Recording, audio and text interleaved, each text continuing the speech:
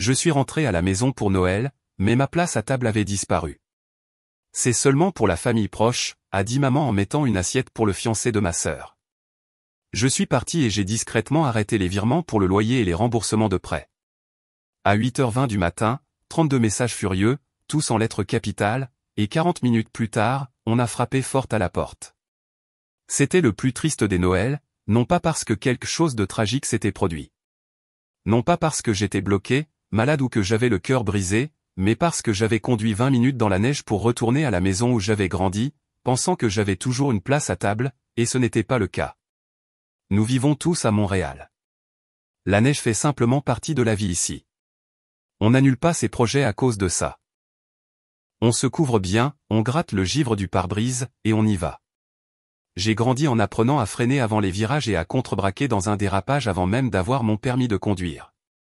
Alors, quand j'ai chargé ma voiture de cadeaux, de vin et d'une tarte tôt la veille de Noël, je n'étais pas inquiète pour la neige. J'étais inquiète de la façon dont les choses s'étaient senties dernièrement, tendues, distantes, pas ouvertement hostiles, juste bizarres. Donc, c'était Noël. On ne manque pas Noël. Et j'avais essayé. Vraiment. J'avais aidé Camille à couvrir son prêt automobile plus tôt dans l'année quand ses heures de travail avaient été réduites. J'avais envoyé des cartes cadeaux pour l'épicerie à mes parents quand leur facture d'énergie était devenue incontrôlable. J'avais même aidé à payer une partie de leur loyer en retard pour leur chalet au bord du lac, juste pour maintenir les choses à flot. Personne n'a jamais dit merci, mais je ne m'y attendais pas. Ce n'est pas pour ça que je l'ai fait. J'ai garé la voiture dans l'allée vers 16h. Tout semblait normal. Des lumières brillaient à la fenêtre de devant, une couronne sur la porte, l'odeur de cannelle et de clous de girofle qui flottaient dehors quand je suis entré. J'ai apporté 2 grands sacs de cadeaux et une tarte que j'avais veillé tard à préparer la nuit précédente. Le salon était chaleureux, rempli de voix et de musique. Camille m'a fait un signe de la main. Lucas m'a salué d'un signe de tête désinvolte. J'ai demandé à maman si elle voulait de l'aide pour mettre la table. Elle a à peine levé les yeux. On ne fait que la famille proche cette année. Elle a dit ça comme si elle parlait de la météo. Aucune explication, aucune excuse. Je suis resté là une seconde, pensant qu'elle avait peut-être fait une erreur, mais ensuite elle s'est retournée et a placé une assiette au bout de la table. Pour Lucas, le fiancé de Camille, son fiancé depuis 8 mois qui ne vit même pas à Montréal, celui qui nous a qualifiés de « famille simple » et qui m'a dit un jour que j'avais l'air de « trop travailler ». J'ai regardé la table. 6 couverts, maman, papa, Camille, Lucas, mon oncle et sa petite amie. C'est tout. Pas d'assiette supplémentaire, pas de chaise pliante dans le coin, pas de place pour moi. Camille s'est approchée et a dit que ce n'était pas sa décision, qu'elle ne savait pas qu'il faisait les choses comme ça. Puis elle a dit, on pourrait fêter notre propre Noël demain, juste toutes les deux. Mais elle n'avait pas l'air de le penser. Je n'ai pas discuté. Je n'ai pas pleuré ni exigé de réponse. J'ai juste ramassé les sacs que j'avais apportés, je me suis retourné et je suis sorti. Ils m'ont laissé faire. Je suis resté assise dans ma voiture un moment au bout de la rue, regardant les lumières à travers la neige qui tombait. J'avais dépensé la moitié de mon salaire de ce mois pour ces cadeaux. J'avais acheté à mon père une nouvelle perceuse qu'il convoitait depuis des mois. J'avais offert à maman un nouveau sac à main pour remplacer celui dont la fermeture éclair était cassée. J'avais même demandé à Camille les auteurs préférés de Lucas juste pour être sûr de choisir un livre qu'il aimerait. Je suis rentré chez moi, je me suis garé devant mon appartement et je suis resté assise en silence pendant longtemps.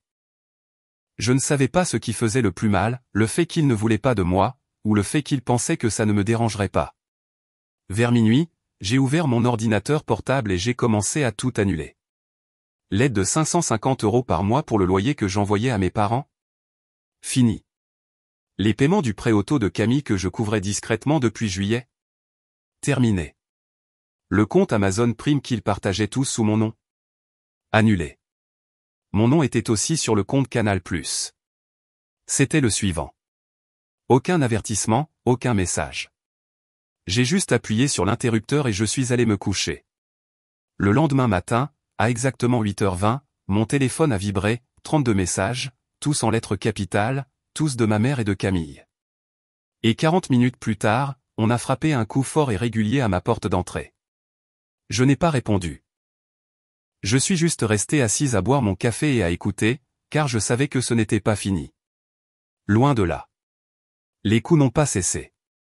Au début, ils étaient forts et frénétiques. Puis, ça s'est transformé en sonnerie, puis de nouveau en coups sourds. J'ai laissé faire. Je n'étais pas prête à ouvrir la porte et, honnêtement, j'étais curieuse de voir combien de temps ils allaient continuer. Mon téléphone s'était déjà allumé avec message après message, la plupart de ma mère et de Camille, quelques-uns de mon père qui semblaient avoir été écrits sous pression, des phrases courtes et sèches qui ne lui ressemblaient pas. Je n'en ai ouvert aucun, mais j'ai lu les aperçus qui défilaient sur l'écran. Chloé, c'est enfantin. Pourquoi te comportes-tu comme ça? Tu fais vraiment ça pour un seul dîner? Tu es cruel. Arrête d'être radine. Camille a besoin de ton aide. Nous sommes une famille. C'était comme s'il me jetait tout ce qu'il pouvait trouver, en espérant qu'un angle fonctionnerait, la culpabilité, l'obligation, la honte, le chantage affectif. Rien de nouveau. Quand j'ai finalement ouvert la porte, elles étaient toutes les deux là, sans manteau. Il neigeait légèrement, et elles avaient l'air d'avoir froid, mais aucune ne semblait s'en soucier. Ma mère avait l'air furieuse. Camille avait l'air épuisée, comme si elle avait passé toute la nuit à réfléchir à ce qu'il fallait dire. Maman a parlé la première, ignorant toute salutation. Elle a demandé ce que j'avais fait, pourquoi l'argent ne passait pas, pourquoi sa carte d'épicerie avait été soudainement refusée, pourquoi Camille ne pouvait pas effectuer le paiement de sa voiture. Elle a dit que je surréagissais et que j'exagérais. Je lui ai demandé à quoi elle pensait que je réagissais. Elle a dit, tu n'as pas été des invités. C'était juste un dîner plus intime. Je lui ai rappelé que Lucas, qu'elle connaisse depuis moins d'1 an, avait une assiette. Elle n'a même pas essayé de le nier. Elle a juste croisé les bras et a dit, eh bien, il fait partie de l'avenir de Camille. Nous ne pensions pas que tu en ferais toute une histoire. Puis elle a dit la phrase qui m'a le plus marqué. C'est ta responsabilité de soutenir cette famille. Tu n'as pas de mari, pas d'enfant, et tu gagnes bien ta vie. Camille commence une nouvelle vie. Elle a plus besoin d'aide que toi. Camille n'est pas intervenue. Elle n'a ni nié ni présenté d'excuses. Elle est juste restée là, silencieuse, comme si elle était d'accord mais ne voulait pas être celle qui le dirait à voix haute. C'est là que j'ai compris quelque chose. Ma place dans cette famille s'était transformée en un service à disposition. J'étais celle qu'il sollicitait quand les choses devenaient difficiles, celle qui était censée absorber le stress, gérer les problèmes, et le faire discrètement parce que j'avais moins à perdre. Je leur ai dit à toutes les deux que les choses allaient être différentes maintenant, que je n'allais pas continuer à investir du temps, de l'argent et de l'énergie dans des gens qui ne me voyaient pas comme plus qu'une ressource. J'ai dit que j'espérais que Lucas pourrait porter le fardeau que j'avais supporté toute l'année. Elles sont restées là un moment après ça, alternant entre les supplications et les tentatives de me faire culpabiliser. Maman a demandé si j'allais vraiment laisser ça gâcher les fêtes. Camille a dit que nous ne devrions pas entrer dans la nouvelle année avec ce genre d'amertume, que ce n'était pas sain. Mais ce n'était pas de l'amertume. C'était de la clarté. Finalement, je leur ai dit que je voulais qu'elles partent, que ce n'était pas une négociation. Elles sont parties. Plus tard dans la nuit, je me suis assise en silence dans mon salon, la même tarte au citron toujours sur le comptoir, intacte. Je n'ai pas allumé la télévision. Je n'ai pas regardé mon téléphone. Je suis juste restée assise là, à tout digérer. Le réveillon du Nouvel An est arrivé et je l'ai passé seul. Je ne me sentais pas d'humeur festive. Je ne me sentais même pas en colère, juste triste, pas de cette tristesse aiguë, mais de cette tristesse sourde et lourde qui s'installe dans la poitrine et ne part pas. Je ne m'attendais pas à me sentir aussi vide. Je pensais que couper les ponts m'apporterait un soulagement. Au lieu de cela, ça a juste apporté le silence. Mais ce silence n'a pas duré longtemps, car quelques jours plus tard, j'ai reçu un message que je n'attendais pas du tout. Pas de mes parents, pas de Camille, mais de Lucas. Et ce qu'il a envoyé a tout changé. Le message est arrivé le 3 janvier. Juste au moment où je m'habituais au silence, j'avais passé les derniers jours à essayer de tourner la page. J'avais supprimé de vieux textos, effacé les photos de groupe de mon appareil photo et mis en boîte les cadeaux de Noël restants. La tarte au citron n'avait pas été mangée, je l'ai jetée le jour du Nouvel An. Puis le message de Lucas est apparu. Aucune salutation, aucune introduction. Je ne sais pas si je devrais envoyer ça, mais je pense que tu mérites de l'entendre. En pièce jointe, il y avait un unique fichier audio. Sans contexte. Je l'ai regardé fixement pendant un moment. Honnêtement, j'ai failli le supprimer sans l'écouter. J'étais fatigué. Je n'avais pas besoin d'un autre rappel de combien je m'étais senti indésirable, assise dans ma voiture devant leur maison pendant qu'ils découpaient le jambon et se passaient des assiettes autour d'une table à laquelle j'appartenais autrefois. Mais la curiosité l'a emporté. Ou peut-être l'espoir. Ce genre dangereux qui persiste même quand on sait qu'il ne faut pas. Alors je l'ai écouté. Les premières secondes n'étaient que du bruit de fond, cliquetis de couverts, voix basse, musique de Noël en sourdine. C'était le son d'un dîner auquel je n'étais pas invité. J'ai immédiatement reconnu chaque voix. Mon oncle a demandé comment allait la martyre, en parlant de moi. Maman a ri et a dit, elle est probablement en train de bouder dans son appartement comme si on avait ruiné le jour de son mariage ou quelque chose comme ça. Puis Camille a parlé. Elle s'en remettra. Elle le fait toujours. Elle a besoin de temps pour se sentir comme une victime. Je serai gentil avec elle dans quelques semaines, juste jusqu'à ce qu'elle recommence à envoyer de l'argent. Quelqu'un a gloussé. Puis mon père, plus silencieux que les autres, a dit, au moins maintenant, on peut profiter des fêtes sans un de ses sermons. Une autre voix, je ne pouvais pas dire qui, a dit quelque chose sur le fait que j'essayais toujours de prouver que j'étais meilleur, que je m'habillais comme si j'allais à un entretien d'embauche, que je donnais des cadeaux comme si j'étais noté. Ils riaient tous, sauf une voix qui s'est démarquée au milieu de l'enregistrement, Lucas. Il n'a pas ri. Il n'a pas joué le jeu. En fait, il semblait mal à l'aise. À un moment donné, après que Camille ait de nouveau plaisanté sur le fait de prétendre être la bonne sœur pour récupérer l'aide au loyer, Lucas a dit, vous savez, elle peut probablement entendre tout ça à travers la porte, non? La table est devenue silencieuse. C'était la dernière chose sur l'enregistrement. Je n'ai pas pleuré. Je n'ai pas jeté mon téléphone ni crié dans un oreiller comme on pourrait s'y attendre dans une scène dramatique. Je suis juste restée assise là avec un œuf froid dans l'estomac, le genre que l'on ressent quand on découvre que quelqu'un que l'on aime se moque de vous dans votre dos depuis des années. Pas seulement dans un moment de colère, mais par habitude. Confortablement. Nonchalamment. Lucas a envoyé un autre message après l'audio. Je suis désolé.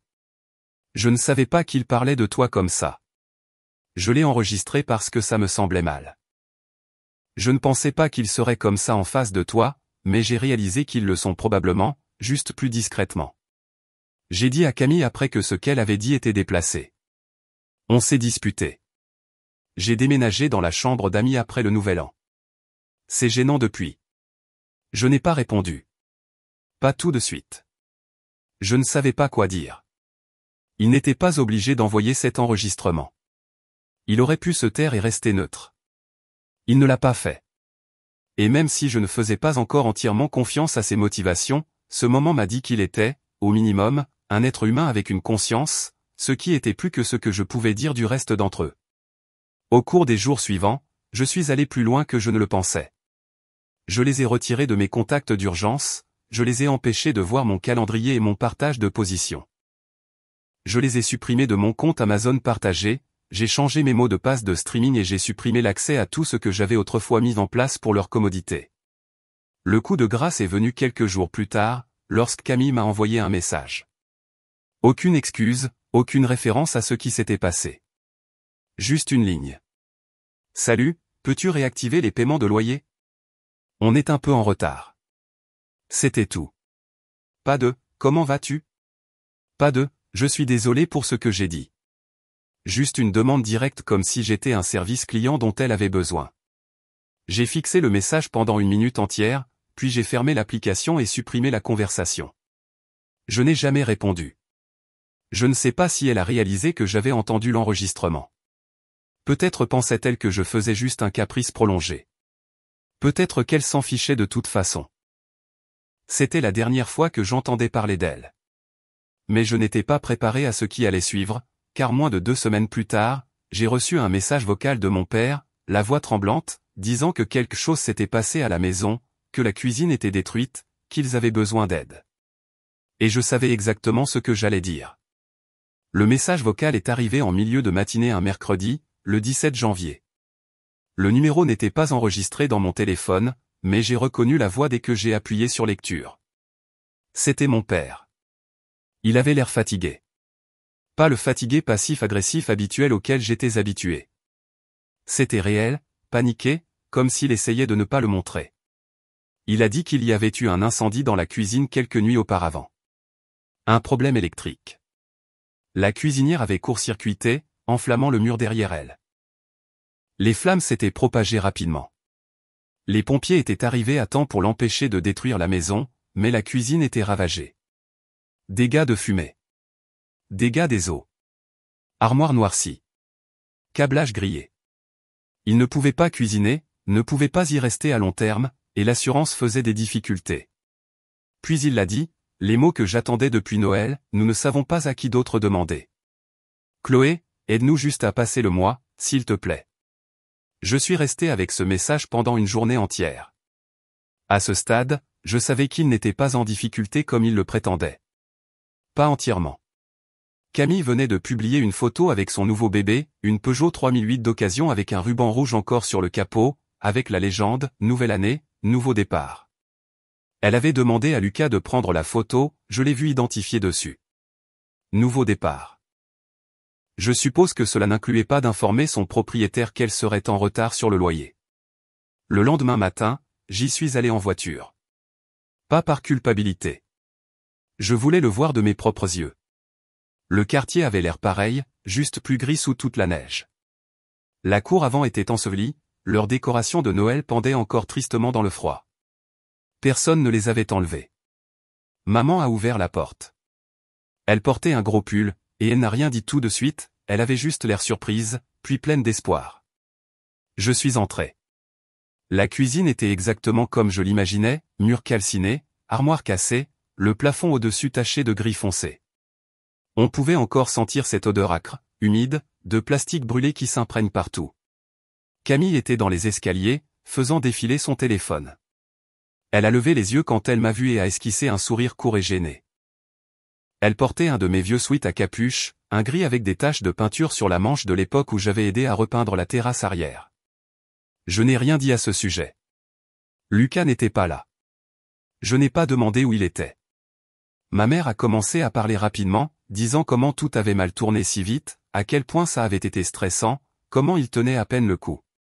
Elle a dit qu'il ne voulait pas venir me voir, mais que j'étais toujours celle qui savait comment gérer les choses. C'était presque drôle. Après tout, il pensait encore que la flatterie fonctionnerait. Je lui ai tendu une enveloppe blanche. Elle l'a ouverte pendant que j'étais là. À l'intérieur se trouvait un billet de 50 € impeccable. Justin. Elle l'a regardé comme si c'était une erreur. Puis elle m'a regardé. J'ai dit, vous n'avez eu aucun problème à acheter une voiture la semaine dernière. Camille s'est levée, soudainement sur la défensive. Elle a dit que la voiture était d'occasion, qu'elle en avait besoin pour le travail, que c'était une bonne affaire. Ma mère est intervenue, me demandant si je pensais vraiment que 50 € allaient aider qui que ce soit en ce moment. J'ai dit, non, je me suis juste dit que c'était la valeur de ma place à table. Puis je suis sorti. Ils ne m'ont pas suivi cette fois. Je suis remonté dans ma voiture, j'ai traversé les mêmes rues enneigées que j'avais traversées la veille de Noël. Mais cette fois, il n'y avait pas de poids dans ma poitrine, pas de picotement dans ma gorge. Je me sentais plus légère. Je les ai bloqués ce soir-là, non pas par dépit, mais juste pour arrêter l'hémorragie. Plus de textos, plus d'appels, plus de questions sur pourquoi je rendais les choses si difficiles pour aller de l'avant. Ils ont dû comprendre le message, car je n'ai plus jamais entendu parler d'eux. Ni de maman, ni de papa. Camille s'est désabonnée de mon compte. J'ai remarqué qu'ils m'avaient tous discrètement retiré des quelques applications et comptes partagés restants. Je suppose qu'ils ont finalement réalisé que je n'allais pas réactiver les virements. Et comme ça, j'étais sorti. Pas d'adieu dramatique, pas de conversation de clôture, juste le silence. Mais ça n'a pas duré, car 2 semaines plus tard, un vendredi soir début février, quelqu'un a frappé à ma porte. J'ai regardé par le Judas. C'était Lucas, seul, tenant un sac de sport. Et ce qu'il a dit quand j'ai ouvert la porte a de nouveau tout changé. J'ai failli ne pas ouvrir la porte. Il était tard, il faisait déjà nuit, et je n'attendais personne. Quand j'ai regardé par le Judas et que j'ai vu Lucas debout là, seul, son manteau zippé jusqu'au cou, tenant un sac de sport et se balançant d'un pied sur l'autre comme quelqu'un qui hésite entre frapper à nouveau ou faire demi-tour et partir, je me suis figé. La dernière fois que je l'avais vu, il était assis à la table où se trouvait autrefois mon assiette. J'ai ouvert la porte sans rien dire et j'ai juste attendu. Il a eu l'air surpris que je le laisse entrer mais n'a pas insisté. Il est entré, faisant attention de ne pas laisser de neige au-delà du paillasson, et s'est tenu juste à l'intérieur du seuil, son sac toujours en bandoulière sur une épaule. Son visage avait l'air différent. Pas fatigué exactement, mais usé d'une manière qui vient de trop de faux semblants. Il n'arrêtait pas de regarder autour de la pièce comme s'il n'était pas sûr d'avoir vraiment le droit d'être là. « Je ne reste pas », a-t-il dit rapidement. J'avais juste besoin de parler à quelqu'un qui ne perdait pas la tête. Je n'ai rien dit. Il a pris une grande inspiration comme s'il l'avait retenu tout le long du trajet. J'ai déménagé ce matin, a-t-il dit. De la maison de tes parents. Je ne sais pas comment tu as pu vivre dans cet espace et en sortir comme tu l'as fait. Il s'est assis lentement sur la coudoir du canapé, serrant son sac contre lui comme s'il s'agissait d'une sorte d'encre. Depuis le Nouvel An, ce ne sont que des disputes sans fin, des accusations, des gens qui prétendent que tout va bien, puis qui pètent les plombs dès que quelqu'un mentionne ce qui ne va pas. Camille ne me regarde même plus dans les yeux. Elle se plaint juste de la cuisine, de l'argent, de toi. Je ne pense pas qu'un seul jour soit passé sans que quelqu'un ne prononce ton nom comme si c'était un problème à résoudre. Il a fait une pause, m'a regardé, mais je n'avais toujours pas parlé. Je l'ai juste regardé se livrer. Ils sont toxiques, Chloé. Tous. Je suis resté parce que je pensais que je pourrais peut-être aider à réparer les dégâts, ou du moins ne pas les aggraver. Je me suis trompé. J'étais juste une autre pièce mobile dans une machine qui fonctionne à la culpabilité et au silence. Je n'avais toujours pas dit un mot quand il a fouillé dans la poche de son manteau et en a sorti une épaisse enveloppe. Il me l'a tendue sans un mot. À l'intérieur se trouvaient des reçus pliés, des relevés, des documents, et quelque chose de plus froid que tout le reste. Mon nom, pas le sien. Camille avait ouvert une carte de crédit à mon nom. Les dépenses ont commencé modestement, boutique, restauration rapide et un Uber occasionnel. Puis ça a augmenté, forfait spa de luxe, commande en ligne, séjour à l'hôtel. Le clou du spectacle était un magasin de meubles de luxe en ville, 900 € en une seule fois. C'était juste 2 semaines après qu'elle m'ait dit qu'elle ne pouvait pas payer son loyer. J'ai parcouru les papiers lentement, en essayant de rester calme, mais mes mains tremblaient. Les dates remontaient à juillet. Ce n'était pas une décision impulsive.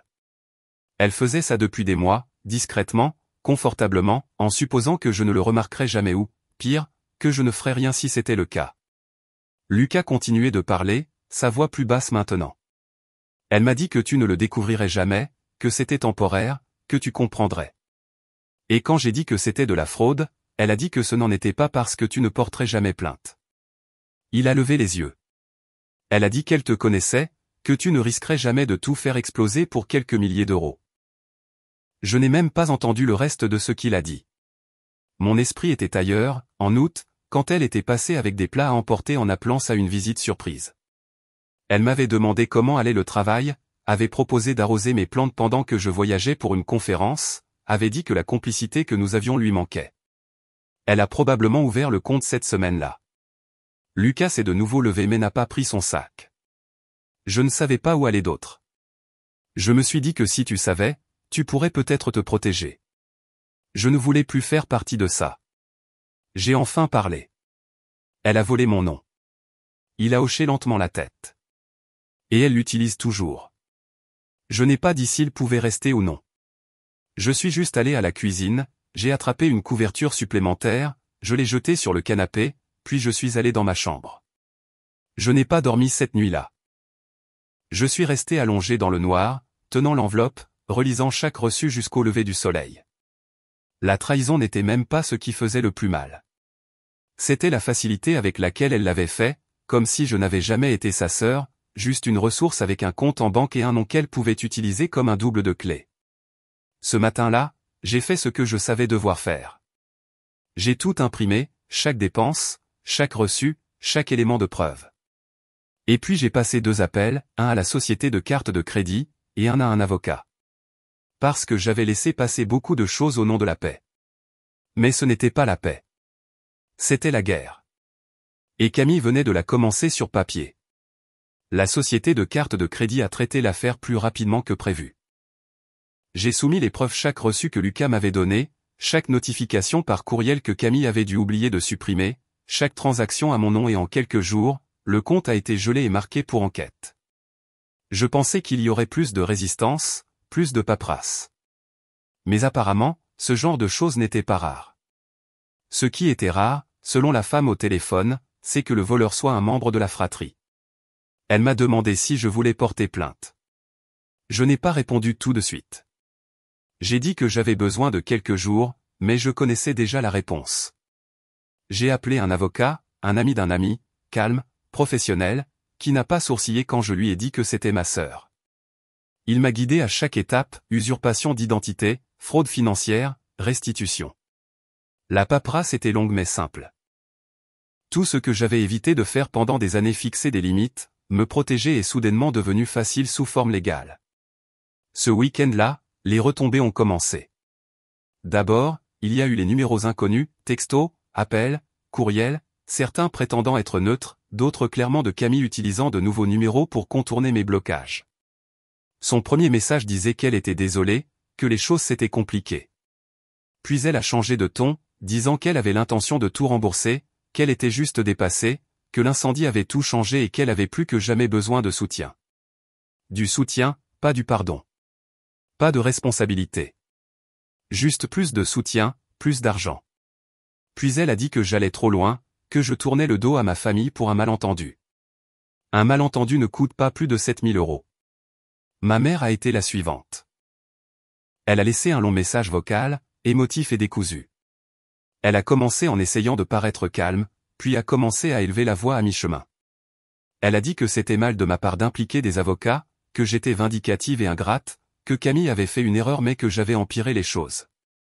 Sa voix s'est brisée quand elle a dit « On n'appelle pas la police pour notre propre famille ». J'ai écouté cette phrase 2 fois, car c'était la vraie vérité. Cela n'avait rien à voir avec ce que Camille avait fait. Cela avait tout à voir avec le fait que je sortais du rôle qu'on m'avait assigné, celle qui arrange tout, la pourvoyeuse silencieuse, la fille qui continue de donner quoi qu'il arrive. Une fois que j'ai cessé de jouer ce rôle, je suis devenu le problème. Alors, j'ai complètement arrêté de répondre. Aucune réponse, aucune explication. J'ai laissé mon avocat s'occuper du reste. Une semaine plus tard, Lucas m'a de nouveau envoyé un message. Il avait emménagé dans un petit appartement de l'autre côté de la ville, juste un bail à court terme pendant qu'il mettait de l'ordre dans ses affaires. Son message était court. Sans pression. Il a juste dit, elle leur a dit que c'est moi qui t'ai poussé à porter plainte, que je t'ai monté contre eux. Bien sûr qu'elle l'avait fait. Elle avait besoin de quelqu'un à blâmer, et la seule personne décente dans cette maison était la cible la plus facile. Je n'ai pas répondu tout de suite, mais finalement, je lui ai dit « Merci pour l'enregistrement, pour l'honnêteté, pour être la seule personne qui a semblé me voir pour plus que ce que je pouvais donner. » Nous avons parlé quelques fois après ça. Rien de sérieux, pas de promesses. Il m'a donné de l'espace, et j'ai apprécié ça. C'était la première fois que je sentais que je choisissais qui avait accès à moi au lieu de simplement le distribuer comme un échantillon gratuit. Début mars, la société de cartes de crédit a envoyé la lettre finale. Le compte était fermé. Mon nom était blanchi. Les frais effacés. Les prochaines étapes dépendaient du procureur. Je n'ai pas suivi l'affaire. Je n'avais pas besoin de savoir ce qui allait se passer ensuite. C'était fini. Et pour la première fois depuis des années, vraiment fini. Quelques jours plus tard, mon père a laissé un message vocal. Pas de colère, pas d'excuses, juste sa voix, plus calme que je ne l'avais jamais entendue. Tu avais raison, a-t-il dit. Nous t'avons traité comme un filet de sécurité. Je ne te reproche rien. J'espère juste qu'un jour tu voudras reparler. J'ai gardé ce message, mais je n'ai pas répondu. Je ne suis plus en colère. Je ne suis même plus blessé. J'en ai juste fini. Camille a toujours sa Peugeot. Mes parents essaient toujours de reconstruire leur cuisine. Peut-être qu'un jour, ils se réconcilieront tous. Ou peut-être qu'ils trouveront quelqu'un d'autre sur qui s'appuyer. Quoi qu'il en soit, je ne serai pas là. Cela a commencé comme le Noël le plus triste de ma vie, mais c'est aussi devenu le moment où j'ai arrêté de me faire toute petite pour préserver la paix. Je pensais que s'éloigner de sa famille était la pire chose que l'on puisse faire. Maintenant, je sais que rester et les laisser vous détruire lentement est pire. Alors, je suis parti, et je ne me suis pas retourné.